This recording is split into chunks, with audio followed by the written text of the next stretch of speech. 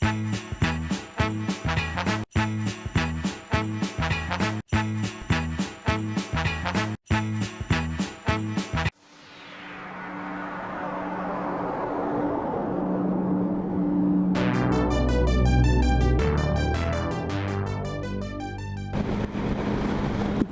programs. Been a while since I've done any sort of life update that's really just exclusively how life is going for me, so today we're going to talk about how things are going in a general sense. Now, my most recent vlogs have largely been me griping and bitching about stuff, and I'm really done with that. It's the end of a fairly stressful time, and things are going well. Some things may be going even better. I've got strong hopes for some of the elements of my life that might be falling into place pretty soon. But maybe a little early to talk about that. But here's what I can say. So I have made it clear that we moved out of our condo and into a new place. We finally have someone renting the condo, so the burden of 2 mortgages is off our plate. My work stress has largely evaporated. We powered through all the testing work we have in our current release, and that's about to go out the door, so a lot of the work that I was tied up on I am now free from. And in terms of life, my house is in the best shape it's ever been. We ripped out the backyard earlier this summer, and now have taken away all the grass clumps from the dead grass that was gumming up the backyard, laid down sand and paving stones to create pathways, laid down 3 inches of fresh dirt, 3 or 4 inches depending on where you go. It's kind of thick in some places, but laid down some fresh sod, not sod because we're not doing sod, we're actually going to seed it later on, but we have been working on our backyard, and just this last weekend my friends came over and we had kind of a party putting together my kids' play structure. So the 5-year-old and the 2-year-old are very happy. They have got most of a play structure. It needs a little bit of work still, but it's largely finished. Now, our kids have also been enjoying going to swimming classes on Sundays. We've been taking them down to one of the local aquatic centers and letting them have a go at swimming lessons. My son is super precocious when it comes to this stuff, and he is really trying to strike off on his own, but he's not quite ready for actual swimming yet, or doesn't seem to be.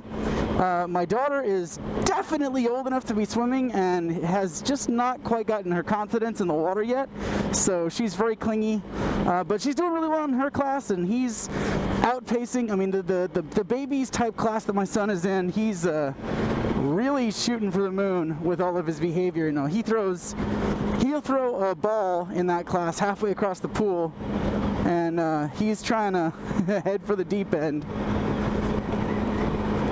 And of course, class can't let him go there, and I'm carrying him the whole time, or my wife's carrying him if she's in the water with him. So we've had some fun doing that sort of stuff. You know, summer sort of activities. My daughter's also in a ballet class at the moment, and she's loving that. So it's been a good time for you know, family type activity stuff. I have also got friends that come over sort of on a bi-weekly basis for gaming and playing all sorts of fun stuff. So we rotate through various games. One of my favorites, the one that we've been playing the most often, is called Elder Sign. I don't know if you're into board games at all, but it is 1920s adventure in a museum where various monsters and mysteries keep popping up, and you're trying to collect elder signs to seal away one of the elder gods of the Cthulhu mythos before it can awaken and kill everyone. Depending on which god you pick and how the game goes, you might have to fight it. So it's a fun game, but it's harrowing. It always feels like you're about to lose, except for the most recent time we played, where not only did we win, but we won so handily it was like, we collected sign after sign after sign and won so quickly that like 7 turns in, we were like, I guess we win. And hardly anyone got hurt at all, and we've all still got items, so what do? Flip over another god, let's go again. And we actually managed to conquer a second god in a row, and then we called it and we were like, okay, that's probably good enough. let's pack it in for the night. So I've been having fun with my friends. I've been going to my medieval reenactment events all summer.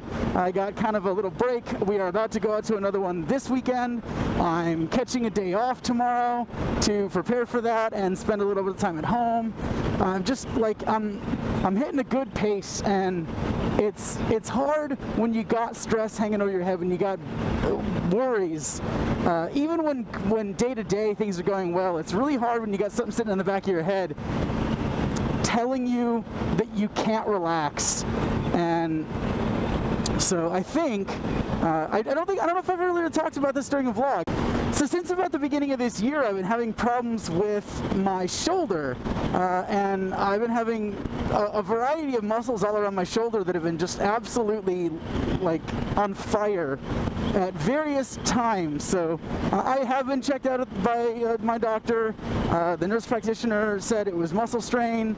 I've got a referral to a sports medicine rehab place, and I did stretches, I did exercises, I've been strengthening it up. I honestly, at this point, the thing that seems to be helping the most is, as my stress levels have dipped back down, the pain is going away, and it wasn't ever keeping me from writing.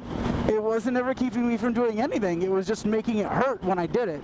And some of my activities that are the most energetic, sword fighting is one of my favorite things to do, and I was in pain from the time I started to get my armor on until I started to fight. And most days, actually, from that point, like as soon as I got out there and stretched it out, the pain pretty much evaporated. I would be fine while I did it, and then I would hurt afterward.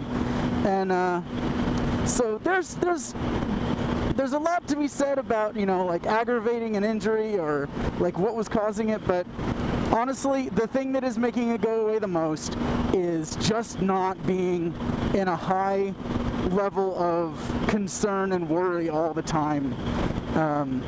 So that helps. I've been really happy with the balance I'm striking. I'm getting free time. I'm working on projects again. Some of my projects are for my home, some of them are for myself. I'm working on making a hat right now so that I can make it as a proof of concept for another one I'm going to do for someone else. So the nice thing is I actually get to keep it. I net a new hat out of this by making it, and then make an even better one for the guy that I'm getting paid to make one for.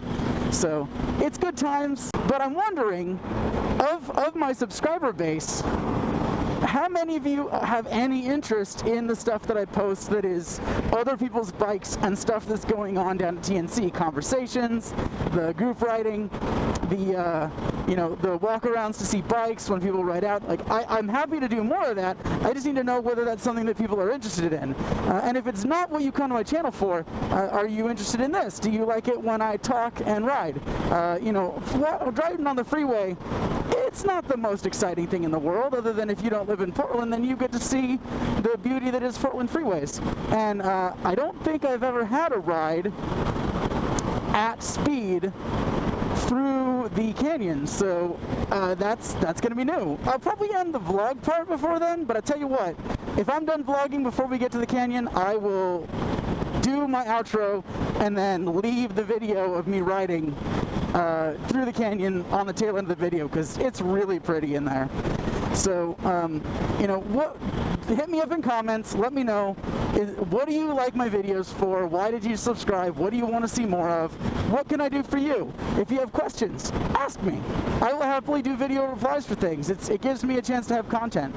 And otherwise, I am going to focus on the road. The canyon gets a little bit dicey in terms of how the cars tend to pack in. And maybe we'll catch up to whoever that is on the bike ahead of us, and we'll have someone to ride next to for a while. Thanks for watching. Have a lovely evening. Bye-bye.